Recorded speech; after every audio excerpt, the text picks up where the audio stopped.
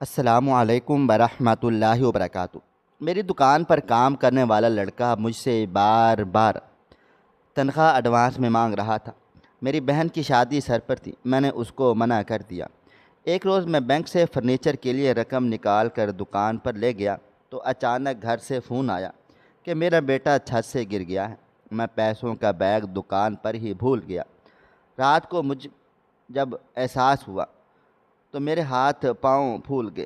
ملازم کا نمبر بھی بند جا رہا تھا۔ میں نے فوراً پولیس کو اس کے گھر بھیج دیا، جو اسے اٹھا کر لے گئے اور تشدد کا نشانہ بنایا، مگر اس نے چوری قبول نہیں کی۔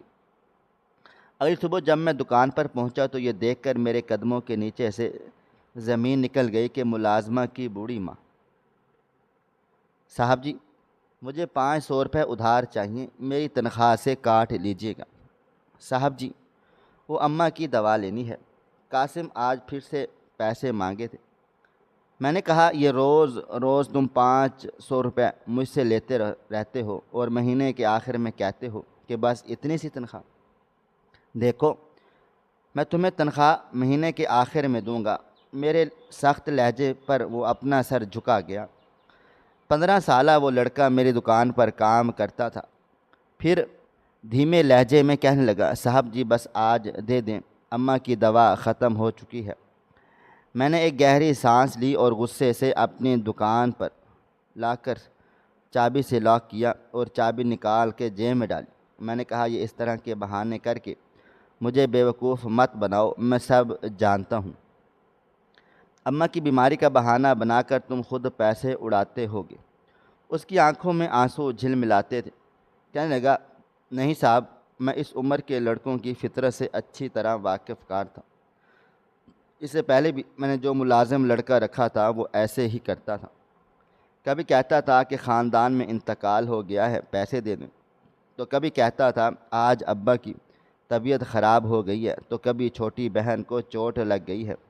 اور جب تنخواہ لینے کا ٹائم آتا تو سارے جہاں کی مظلومیت اپنے چہرے پر سجا لیتا تاکہ تنخواہ میں زیادہ پیسے نہ کاٹ سکوں۔ میں نے قاسم کو کچھ نہیں دیا اور دکان بند کر کے گھر کی طرف چل پڑا۔ لیکن اگلے روز جب میں نے کھاتا ملایا تو 500 روپے کا نوٹ کم تھا۔ مجھے بڑی حیرت ہوئی۔ اس وقت قاسم ایک گاہک سے ڈیل کر رہا تھا۔ میں نے کہا، قاسم، 500 روپے کیوں کم ہیں؟ تو کہنے لگا، صاحب جی مجھے کیا پتہ، میں جو بھی بکری کرتا ہوں سارے پیسے لاکر میں ڈال دیتا ہوں، میں نے کبھی گنے نہیں صاحب جی۔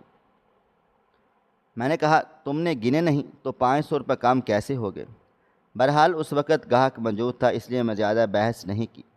لیکن جیسے ہی وہ گاہک گیا، میں نے بڑے غضبناک لہجہ اپنایا اور اسے دھاڑتے ہوئے کہا، میں نے کہا، سچ بتاؤ، میرے 500 روپے کہاں ہیں؟ کہنے لگا، صاحب جی میں نہیں لیتا، آپ دوبارہ سے دیکھیں، وہیں موجود ہوں گے۔ میں نے کہا، تم ڈھونڈ کر مجھے دو۔ اس نے میرا دراز دیکھا، ساری رقم مجھے پکڑائی، میں نے گنی، 500 روپے کم تھا۔ پھر اس نے پورا دراز کھولا، ادھر ادھر دیکھنے لگا تو اخبار کے نیچے 500 کا نوٹ پڑا تھا۔ کہنے لگا، صاحب جی یہ رہا۔ میں سمجھ گیا یہ اسی نے چھپایا ہوگا، تبھی اسی کو پتہ تھا کہ اخبار کے نیچے پیسے موجود ہیں۔ میں نے کہا، آئندہ اگر میرے پیسے کم ہوئے تو یاد رکھنا، تمہاری تنخواہ سے کاٹ لوں گا۔ کہنے لگا، صاحب جی میں کیوں آپ کے پیسے چوری کروں گا؟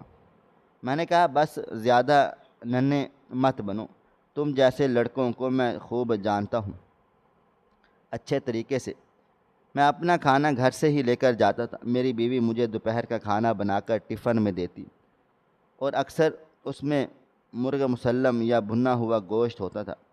کبھی کبھی کچے قیمے کی ٹکیاں بھی بنا دیتی تھی، کیونکہ میں ایسے ہی کھانوں کا شوقین تھا۔ جب بھی کھانے کا ٹائم ہوتا تو میں دکان کے فرش پر دسترخوان بچھا کر کھانا کھانے لگتا۔ آج تک کبھی میں نے قاسم سے یہ نہیں کہا تھا کہ تم بھی میرے ساتھ کھانا کھا لو۔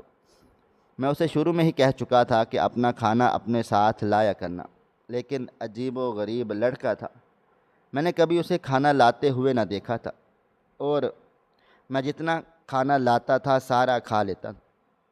ایک بار میں نے نوٹ کیا کہ میں کھا رہا تھا تو وہ میری شکل دیکھ رہا تھا بڑے غوروں سے۔ میں نے کہا، یوں کیا دیکھ رہے ہو؟ کہنے لگا، نہیں کچھ نہیں صاحب جی۔ فوراً سے اس نے نظریں بدل لیں مجھے بڑا غصہ آیا۔ میں نے کہا کل سے اپنا کھانا لے کر آنا۔ کہنے لگا میں صبح ناشتہ پیٹ بھر کے آتا ہوں، مجھے دوپہر کو بھوک نہیں لگتی۔ یہ کہتے ہوئے خشک ہونٹوں پر اس نے زبان پھیری تھی اور پھر دکان سے باہر نکل گیا تھا۔ میں نے حقارت سے اسے دیکھا اور اپنا کھانا ختم کر کے ٹفن بند کیا اور ایک طرف رکھ دیا۔ میں رات کو جب گھر پہنچا تو میری والدہ بڑی خوش نظر آ رہی تھی۔ مجھے دیکھ کر مسکرانے لگی، کہنے لگیں آؤ زبیر، آؤ میرے پاس آ کر بیٹھو، مجھے تم سے بہت ضروری بات کرنی ہے۔ میں نے کہا جی اماں۔ میں اپنی ماں کے پاس بیٹھ گیا۔ میری بیوی کچن میں کام کر رہی تھی۔ اماں کہنے لگیں وہ جو چند روز پہلے بشریٰ کو دیکھنے کے لیے چند لوگ آئے تھے، انہوں نے اپنی رضامندی دے ڈالی ہے۔ میں نے کہا یہ تو بڑی خوشی کی بات ہے، لڑکا میرا دیکھا بھالا ہے، ایسا کریں فوراً سے پہلے ہاں کر دیں۔ میرے کہنے کی یہ پہ میری والدہ کہنے لگی تبھی تو تم سے مشورہ مانگا ہے، لیکن ان لوگوں کو شادی کی جلدی ہے۔ میں نے کہا اماں آپ کیوں فکر کر رہی ہیں، آپ بشریٰ کا رشتہ پکا کر دے، شادی کی ساری فکر مجھ پر چھوڑ دے۔ میری والدہ نے کہا جیتے رہو، خوش رہو، اللہ تعالیٰ تمہیں بہت نوازے۔ دونوں ہاتھوں سے میرا چہرہ پکڑا، میرا ماتھا چوما۔ میری بیوی رات کو جب میرے لیے چائے کا کپ بنا کر لائیں تو کہنے لگیں دیکھو جی بڑے عرصے کے بعد گھر کی شادی آئی ہے، آپ نے کوئی کنجوسی نہیں دکھانی۔ میں نے کہا نیک بخت، تمہارے لیے تو کماتا ہوں۔ تو وہ مسکرانے لگی، پھر کہنے لگی میں نے سارے فنکشنز پر نئے نئے جوڑے لینے ہیں۔ میں نے کہا ابھی پچھلے 2 مہینے پہلے تمہاری بہن کی شادی پر بھی تو تم نے جوڑے نئے ہی بنوائے تھے۔ وہ کہنے لگی وہ تو ساری برادری نے دیکھ لیے تھے، آپ کو پتہ ہے وہی اگر میں نے بشریٰ کی شادی پر پہنے تو لوگوں نے مجھے کتنی باتیں سنانی ہیں۔ نہ بھائی میں نہیں پہنوں گی وہ تو۔ میں نے کہا لیکن وہ جوڑے کافی قیمتی تھے، بہت پیسے لگ گئے تھے۔ کہنے لگی تو کیا ہوا، آپ کی بہن کی شادی ہے، میں پہلے سے کہہ چکی ہوں میں نئے جوڑے ہی بنواؤں گی، یہ نہ ہو کہ بہن کے جہیز کا سنا کر آپ میرا منہ بند کروا دیں۔ میں نے کہا اچھا ٹھیک ہے، تمہیں جو لینا ہوگا لے لینا۔ میں نے کہا گڈو کہاں؟ کہنے لگی اپنی پھپھو کے پاس۔ میرے والد لاہور کی اعظم مارکیٹ میں کپڑے کا کام کرتے تھے اور چلتی ہوئی دکان تھی۔ جب ان کا انتقال ہوا اور ان کے بعد دکان میں نے سنبھالی اور گھر کی ذمہ داریاں بھی۔ میرے 2 چھوٹے بھائی تھے جو کہ تعلیم یافتہ تھے، ایک دبئی میں نوکری کرتا تھا، دوسرا جاپان میں، اس لیے ان کو نہ تو میرے گھر سے غرض تھی اور نہ ہی میری دکان سے۔ چھوٹی بہن تھی، اس کی ذمہ داری میرے سر سے اترنے والی تھی۔ میں بڑا مطمئن ہو چکا تھا۔ اگلے روز جب میں دکان پر گیا تو قاسم ساری دکان کی صفائی کر رہا تھا، جھاڑو دے رہا تھا۔ میں نے کہا صفائی کرنے کے بعد سارے مال کو نیچے اتارو اور دوبارہ گز پہ لگا کر تہہ کر کے رکھو۔ کہنے لگا صاحب ابھی 2 دن تو پہلے ہی میں نے پوری دکان کا کپڑا تہہ کر کے ٹھیک کر کے رکھا ہے۔ میں نے کہا روز کرنا پڑے گا، پیسے کس چیز کے لیتے ہو؟ کہنے لگا اچھا جی، پوری دکان اس نے دوبارہ سیٹ کی تھی، 2 گھنٹے ہو گئے، وہ پسینے سے شرابور ہو چکا تھا۔ سردیوں کا موسم تھا لیکن وہ ایک پھٹا ہوا سویٹر ہی پہن کر گزارا کر رہا تھا۔ کئی بار میں نے اسے کہا تھا ایسا سویٹر پہن کر مت آیا کرو، گاہکوں پر برا اثر پڑتا ہے۔ وہ ذرا سا مسکرا کر کہتا ٹھیک ہے، لیکن پھر اگلے روز اسی کو ٹانکا لگا کر پھر پہن کر آ جاتا۔ بہرحال ایک بار میں نے نوٹ کیا جب میں نماز پڑھ کر واپس آتا تو یہ کچھ مجھ سے چھپانے کی کوشش کرتے ہیں۔ ایک بار جب میں دکان پر آیا تو اس نے جلدی سے کپڑوں کے بیچ میں کچھ چھپایا۔ میں نے کہا یہ کیا کر رہے ہو؟ کہنے لگا نہیں کچھ بھی نہیں، بدحواس سا لگ رہا تھا۔ میں نے کہا بتاؤ مجھے تم کیا کر رہے ہو، کیا چھپانے کی کوشش کر رہے ہو؟ تو کہنے لگا صاحب جی کچھ نہیں چھپایا۔ میں نے کہا ہٹو پیچھے، میں نے دیکھا ہے کچھ، لیکن مجھے ان کپڑوں میں کچھ بھی دکھائی نہ دیا۔ میں نے کہا تم میرے سامنے مجھے دیکھ کر یہاں کچھ چھپایا تھا، بتاؤ آج کیا چھپایا تھا؟ میری بات سن کر اس کے چہرے کی رنگت اڑی۔ کہنے لگا نہیں صاحب جی میں نے کچھ نہیں چھپایا۔ میں نے کہا بتا کیوں نہیں رہے کہ کیا چھپایا ہے؟ میرا یہ کہنا تھا کہ اس نے سارے کپڑے نکال کر مجھے دکھا دیے، واقعی اس میں کچھ نہ تھا۔ پھر ابھی یہ حرکت کیا تھی جو میں نے اسے کرتے ہوئے دیکھی؟ پتہ نہیں کیوں لیکن میرا دل اس کی طرف سے شک و شبہات میں آ چکا تھا۔ ابھی ہم بات کر ہی رہے تھے کہ جب میرا دوست فہیم آ گیا۔ اس کی دکان بھی 2-3 دکانیں چھوڑ کر تھی۔ اکثر وہ چائے پینے میری دکان پر آ جاتا۔ میں نے کہا آؤ کیسے ہو؟ کہنے لگا ٹھیک ہوں۔ پھر کہنے لگا چائے پلاؤ یار۔ میں نے کہا جاؤ قاسم، جا کر 2 کپ دودھ پتی کے لے کر آؤ، اور ساتھ میں بسکٹ کے 1-2 پیکٹ بھی لے آنا۔ وہ کہنے لگا جی صاحب جی۔ قاسم جیسے ہی دکان سے نکلا تو فہیم کہنے لگا تمہیں پتہ چلا ہے یہ جو حاجی اقبال صاحب ہیں ان کے ملازم لڑکے نے کیا کیا ہے؟ میں نے کہا کیا کیا ہے؟ کہنے لگا 2 لاکھ روپے لے کر بھاگ گیا ہے۔ میری تو حیرت سے آنکھیں پھاڑے فہیم کو دیکھا۔ میں نے کہا 2 لاکھ؟ کہنے لگا ہاں ہاں۔ میں نے کہا وہ لڑکا دیکھنے میں تو بڑا معصوم ہے، یہ لوگ تمہیں نہیں پتہ سارا دن حاجی صاحب کے سامنے رونا روتا رہتا تھا، حاجی صاحب یہ ہو گیا، حاجی صاحب وہ ہو گیا، اور پیسے بٹورتا رہتا تھا۔ حاجی صاحب نے کہا نیک بچہ ہے، غریب ہے، چلو اس کی مدد کر دوں۔ یہ حاجی صاحب لڑکے پر بھروسہ بھی کرتے تھے۔ اب دیکھو راتوں رات پیسے لوٹ چلا گیا اور اب وہ سر پکڑے بیٹھے ہیں۔ فہیم کی بات سن کر میرا دل زور سے دھڑکا تھا تو کچھ ہی دیر میں قاسم چائے کے 2 کپ اور بسکٹ لے کے آ گیا۔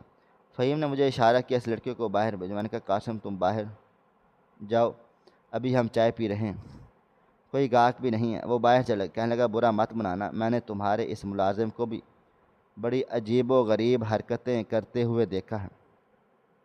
میرا دل کھٹکا تھا۔ میں نے کہا کیا مطلب، کیا کرتے دیکھ لیا؟ کہنے لگا پتہ نہیں، یہ تمہارے کپڑوں میں کچھ چھپاتا ہے، مجھے تو ڈر ہے کہیں تم پر کوئی تعویذ دھاگا نہ کر رہا ہو۔ ایک بار تو میں نے قاسم کو کپڑوں میں کچھ چھپاتے دیکھا تھا، لیکن نکلا کچھ نہیں۔ یہ شاید وہ جس جگہ چھپا چکا تھا اس نے وہ دکھائی ہی نہیں۔ یہ سن کر میرا دل زور زور سے دھڑک رہا تھا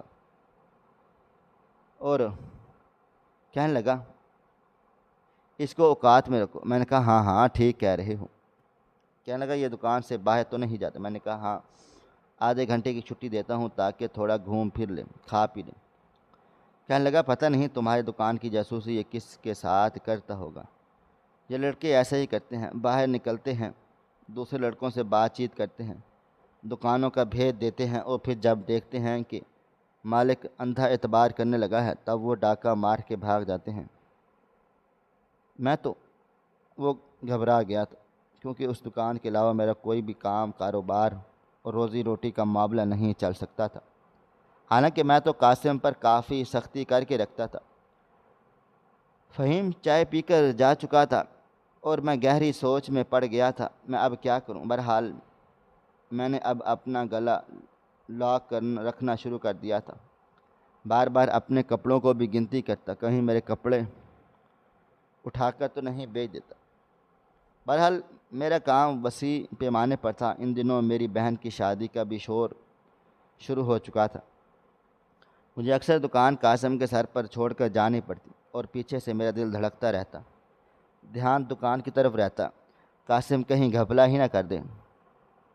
ایک بار میں نے گھر والوں سے شاپنگ جلدی ہی کروائی، اس لیے بنا بتائے دکان پر چلا گیا، لیکن دکان کو دیکھ کر میرے ہوش اڑ گئے تھے کیونکہ دکان پر تالا لگا تھا۔ یہ دیکھ کر مجھے بڑی حیرت ہوئی۔ میں نے سامنے دکاندار سے پوچھا میرا ملازم کہاں؟ تو کہنے لگا پتہ نہیں، پچھلے آدھے گھنٹے سے دکان بند ہے۔ مجھے قاسم پر غصہ آیا، یعنی کہ میرے پیچھے سے یہ سب کچھ کر رہا تھا۔ کہاں چلا گیا تھا؟ دکان بند کر کے۔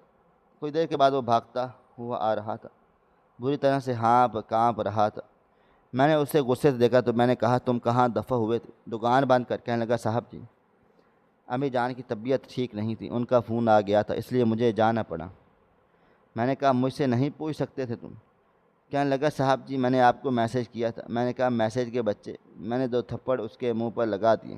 میں نے کہا جھوٹ بولتے ہو مجھ سے؟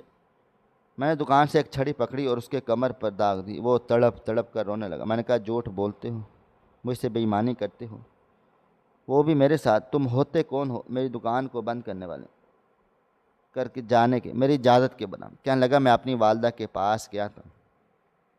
میں نے کہا خبردار جو مجھ سے جھوٹ بولا، تم لوگوں کو غریب ہوتے ہی ایسے ہیں، اپنے مفاد کے لیے، اپنے فائدے کے لیے اپنی سگی باپ کو بیمار کر دیتے ہیں، جھوٹ بولتے ہو۔ میں نے بے ساختہ اس کی جیبوں پر ہاتھ ڈالا تو اس کی جیب میں سے 1000 کا نوٹ نکلا۔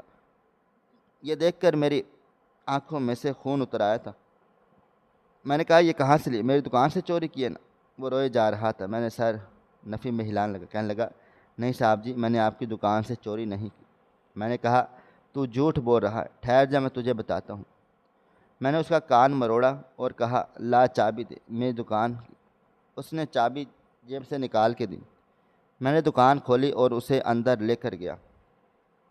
پھر میں نے اپنا لاکر کھول کر دیکھا، لیکن آج میں جس قدر مصروف تھا پیسوں کا حساب ہی نہیں لگا سکتا تھا۔ میں نے وہ 2000 اسی کے جیب سے جو نکالے تھے اپنے گلے میں ڈال دیے۔ میں نے کہا تو نے ہی چوری کی ہے، دفع ہو جاؤ یہاں سے، خبردار جو آج کے بعد میری دکان پر تم نظر آئے میں تجھے نوکری پر رکھوں گا ہی نہیں۔ یہ سن کر اس کے چہرے کی رنگت فاق ہو گئی۔ فوراً سے میرے پیروں پہ جھک گیا، میرے دونوں پیر پکڑ لیے، کہنے لگا نہیں صاحب جی، مجھے نوکری سے مت نکالنا، میں اپنی ماں کا واحد سہارا ہوں اور آپ کی نوکری کا ہی آسرا ہے۔ میں آج کے بعد کبھی آپ کی دکان چھوڑ کر نہیں جاؤں گا، بس ایک بار میری غلطی کو معاف کر دیں۔ میں نے کہا میں تمہاری غلطی کو معاف نہیں کروں گا، تم چوری چکاری پر اتر آئے ہو، چلے جاؤ یہاں سے۔ میں نے اسے دھکے مار کر دکان سے نکال دیا۔ میں بے تحاشا غصے میں تھا۔ وہ بیچارہ روتا دھوتا ہوا وہاں سے چلا گیا۔ مجھے سمجھ نہ آ رہا تھا کہ کتنے پیسے وہ میرے لاکر سے نکال چکا ہے۔ میں بے حد پریشان تھا، ایک طرف بہن کی شادی کی تیاری، دوسری طرف کام کا برڈن بھی بڑھ چکا تھا۔ اگلے روز جب میں نے دکان کھولی تو میری ماں کا فون آنے لگا۔ ابھی تک اس نے کراکری کا سامان نہیں آیا، شادی کو دن ہی کتنے رہ گئے۔ میں نے کہا امی آپ زبیدہ کے ساتھ جا کر جو لانا ہے لے آئیں۔ میری والدہ کہنے لگی تمہیں تو پتہ ہے نا، سردیوں میں میرے گھٹنوں کا مسئلہ ہو جاتا ہے اور بچے کہاں زبیدہ کی جان چھوڑتے ہیں، دیکھو سب کچھ تمہیں ہی کرنا ہے۔ میں تو پریشان ہو کے رہ گیا تھا، اگر دکان بند کرتا تو نقصان ہو جاتا، پیسوں کی بھی ضرورت تھی، بہن کی شادی کا معاملہ تھا، اوپر سے بڑھتی ہوئی مہنگائی، بازار میں جاتے تھے تو لاکھوں روپے کا پتہ نہ چلتا تھا کہ کہاں پر گئے۔ بہرحال میں نے قاسم کو فون کیا، اس کی آواز میں نمی تھی، ایسا لگ رہا تھا رو رہا۔ میں نے کہا کہاں ہو؟ کہنے لگا صاحب جی میں نوکری ڈھونڈ رہا ہوں۔ میں نے کہا تم ایسا کرو واپس آ جاؤ، جب تک میری بہن کی شادی نہیں ہو جاتی، میری مجبوری ہے، میں تمہیں برداشت کروں گا۔ وہ واپس آ گیا، مجھ سے معافی تلافی کرنے لگا، کہنے لگا صاحب جی میں نے آپ کے پیسے چوری نہیں کیے تھے، میں قسم کھا سکتا ہوں۔ میں نے کہا جھوٹی قسم مت کھاؤ، آج کے بعد لاکر کی چابی میرے پاس رہے گی تو میں نہیں دوں۔ کہنے لگا جیسے آپ کو مناسب لگے۔ میری بہن کی شادی میں چند دن باقی رہ گئے تھے۔ میری والدہ نے کہا فرنیچر خرید کر سیدھا دولہے والوں کے گھر میں رکھوا دو۔ میں نے بینک سے پیسے نکلوائے اور دکان پر آ کر بیٹھ گیا، کیونکہ مجھے قاسم پر شک سا رہتا تھا، اس لیے بار بار دکان پر آ کر دیکھتا رہتا، وہ کام کر رہا ہے یا میری دکان بند کر کے کہیں چلا گیا ہے۔ بہرحال وہ دکان پر ہی تھا۔ میں نے بیگ رکھا، اس کو سمجھانے لگا میرے پیچھے سے اس کو کیا کیا کام کرنا ہے۔ تبھی میرے فون پر گھنٹی بجی۔ میں نے فون اٹھایا تو زبیدہ کا فون تھا، وہ رو رہی تھی۔ میں نے کہا زبیدہ کیا ہوا؟ کہنے لگی گڈو گر گیا ہے، اس کو چوٹ لگ گئی ہے، بے ہوش ہو گیا ہے، اسے ہوش نہیں آ رہی۔ یہ سن کر میری جان نکلی تھی۔ میں نے کہا کہاں سے گر گیا ہے، کیسے گر گیا ہے؟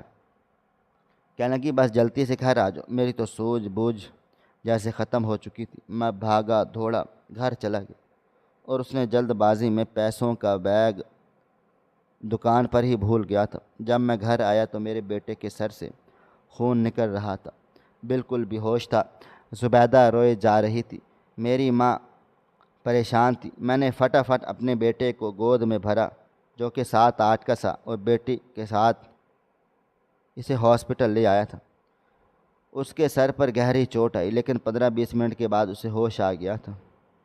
ڈاکٹر نے کہا کہ کوئی خطرے کی بات نہیں۔ اپنے بیٹے کو جب گھر لے کر آیا تو رات کے 12 بج چکے تھے، یقیناً دکان بند کر کے قاسم چابی اپنے گھر لے کر گیا ہوگا۔ میں نے سوچا مجھے قاسم کو فون کرنا چاہیے۔ جیسے ہی میں نے قاسم کو فون کیا تو میری جان نکل گئی، کیونکہ اس کا فون بند جا رہا تھا اور آج سے پہلے کبھی ایسا نہیں ہوا تھا کہ اس نے فون بند کیا ہو۔ میں نے کئی بار اس کے نمبر پر فون ملایا لیکن اس نے نہیں اٹھایا۔ میں بہت پریشان ہو کے رہ گیا۔ میں نے جب یہ بات اپنی والدہ اور بیوی کو بتائی تو وہ بھی پریشان ہو گئی۔ میں نے کہا مجھے تو اس لڑکے پر پہلے بھی بھروسہ نہ تھا، پتہ نہیں پیسے لے کر نہ بھاگ گیا ہو۔ جب میں اس کے گھر گیا تو وہ گھر پر موجود نہ تھا۔ اب تو میری جان نکلنے لگی۔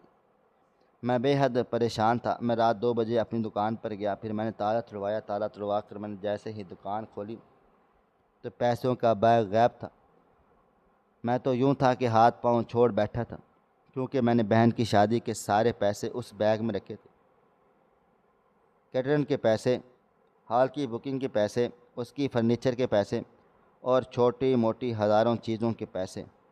میں تو سر پکڑ کر بیٹھ کے کروں تو کیا کروں اور کیا نہ کروں۔ پھر میں نے فوراً سے قریبی پولیس اسٹیشن جا کر قاسم کے خلاف رپورٹ درج کروائی۔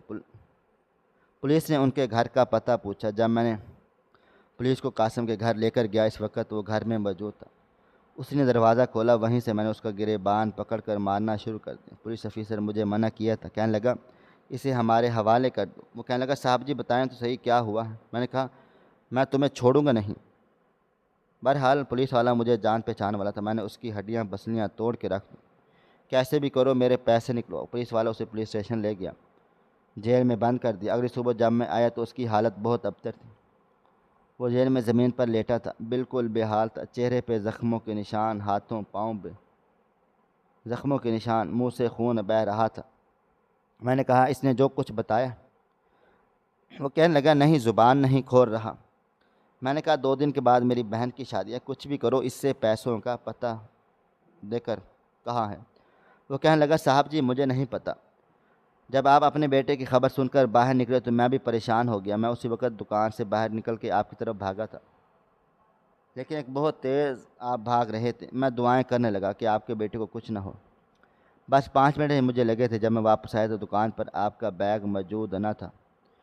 میں نے آپ کا پیسوں بھرا بیگ بہت ڈھونڈا، پوری دکان چھان ماری، لیکن مجھے آپ کا بیگ نہ ملا۔ میں نے کہا تو جھوٹا ہے، جھوٹ بولتا ہے کمینے، میں تجھے چھوڑوں گا نہیں۔ وہ لمبے لمبے سانس لے رہا تھا تو اس قابل بھی نہیں لگ رہا تھا کہ وہ مزید مار کھا سکتا، لیکن مجھے اس پر ترس نہ آیا۔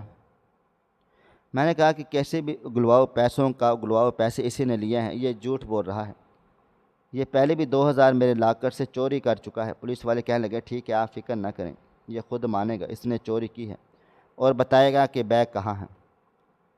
میں واپس گھر آ گیا، میری ماں روئے جا رہی تھی، تسبیحاں پڑھ رہی تھی، زبیدہ الگ پریشان۔ میں نے اپنے دونوں بھائیوں کو فون کیا کیونکہ وہ بھی صبح پہنچنے والے تھے۔ اگلے دن میری بہن کی شادی تھی۔ میں نے جب ان کو یہ بات بتائی تو کہنے لگے فی الحال پیسے ہم بھیج دیتے ہیں، آپ بہن کی چیزوں کا انتظام کر لیں اور اس لڑکے سے ہم آ کے بات چیت کر لیں گے۔ اگلی صبح پولیس کا فون آیا، کافی گھبرایا ہوا تھا، کہنے لگا آپ کا ملازم مزید مار نہیں سہ سکتا۔ میں نے کیا ہوا؟ اس نے اعتراف کیا۔ پولیس والا کہنے لگا مجھے معاف کیجیے گا، وہ مر چکا ہے۔ یہ سن کر ایک دھچکا سا لگا۔ پولیس والا کہنے لگا 14 سالہ لڑکا تھا اور تھا بھی کمزور، ہم نے بہت پوچھ گاچھ کی کوشش کی لیکن اس نے کچھ نہیں بتایا۔ پھر آپ کا بھی بہت پریشر تھا، اوپر سے فون بھی آیا، تشدد کیا جائے۔ ہم نے اس پر تشدد کیا، اس کی کمر داغ دار کر دی، لیکن وہ مزید مار کھانے کا متحمل نہ ہو پایا۔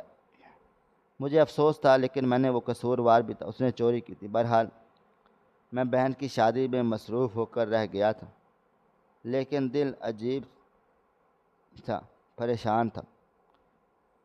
بہن رخصت ہو کے جا چکی تھی۔